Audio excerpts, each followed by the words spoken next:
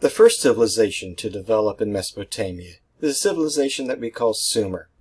Arguably, it's the first civilization in the world, although there's always an argument about that. Historians like to argue about things, and so you can clearly make a case for some other places, at least two others that come to mind.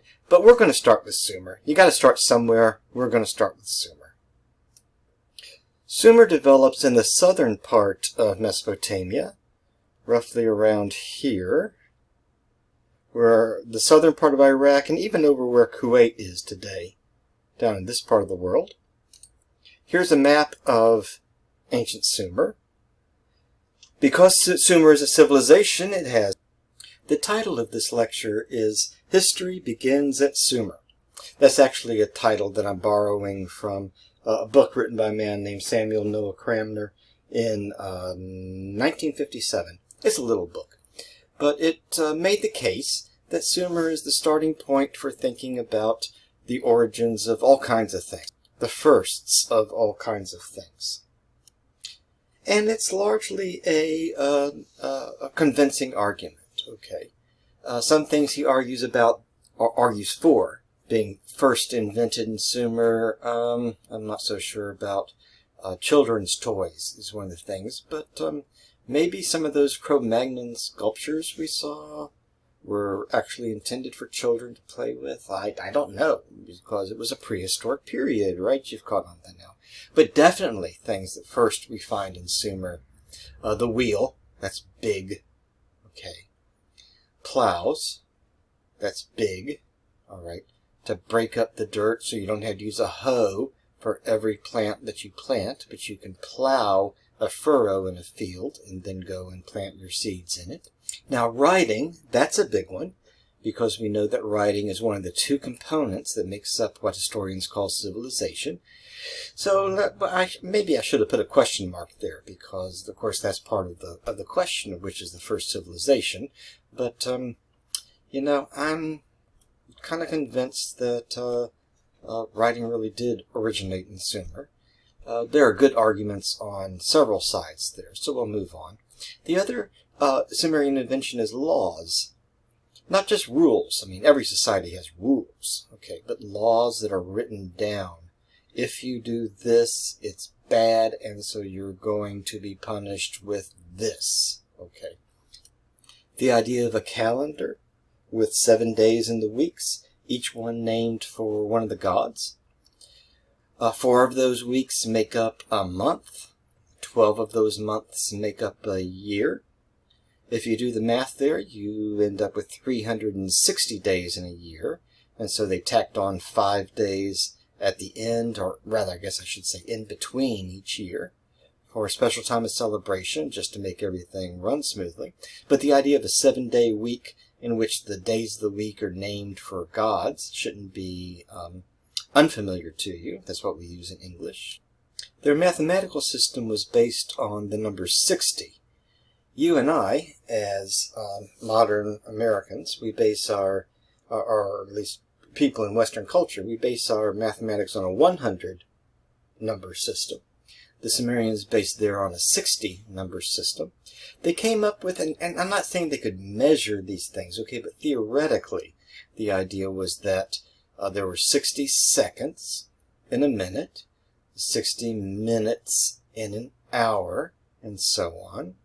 I've already mentioned the year, 360, which is evenly divisible by 60.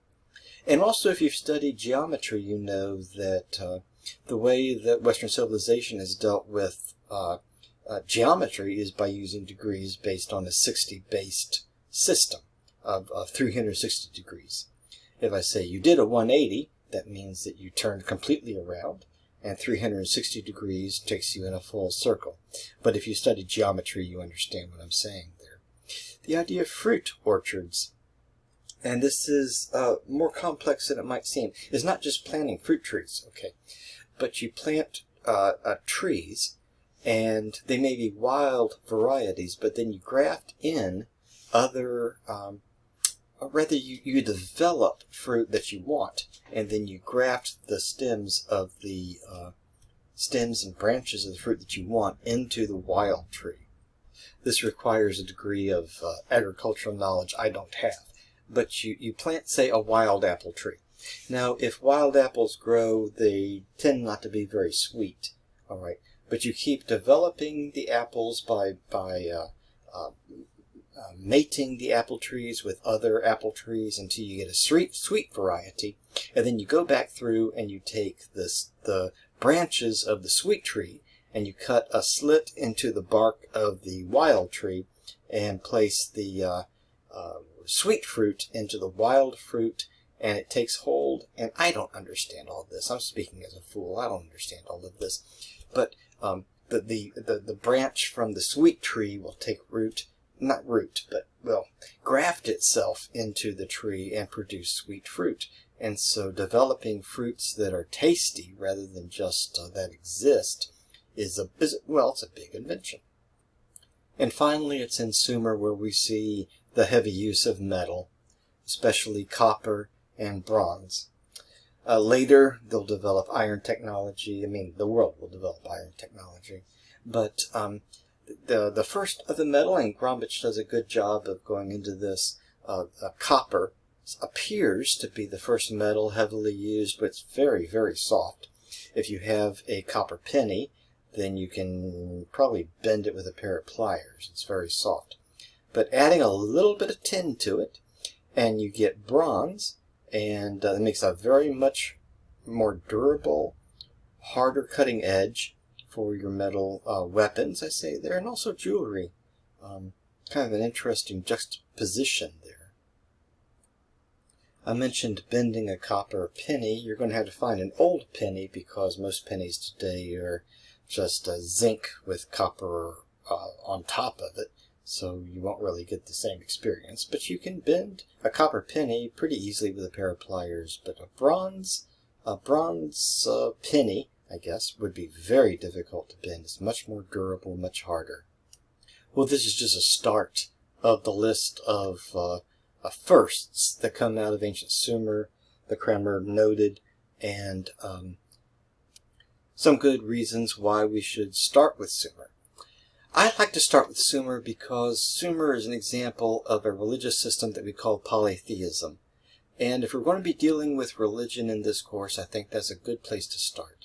And so we can quibble about which exactly was the first civilization, but we have to start somewhere. And I think a good place to start is with Sumer. And we're going to move on and talk about Sumerian religion.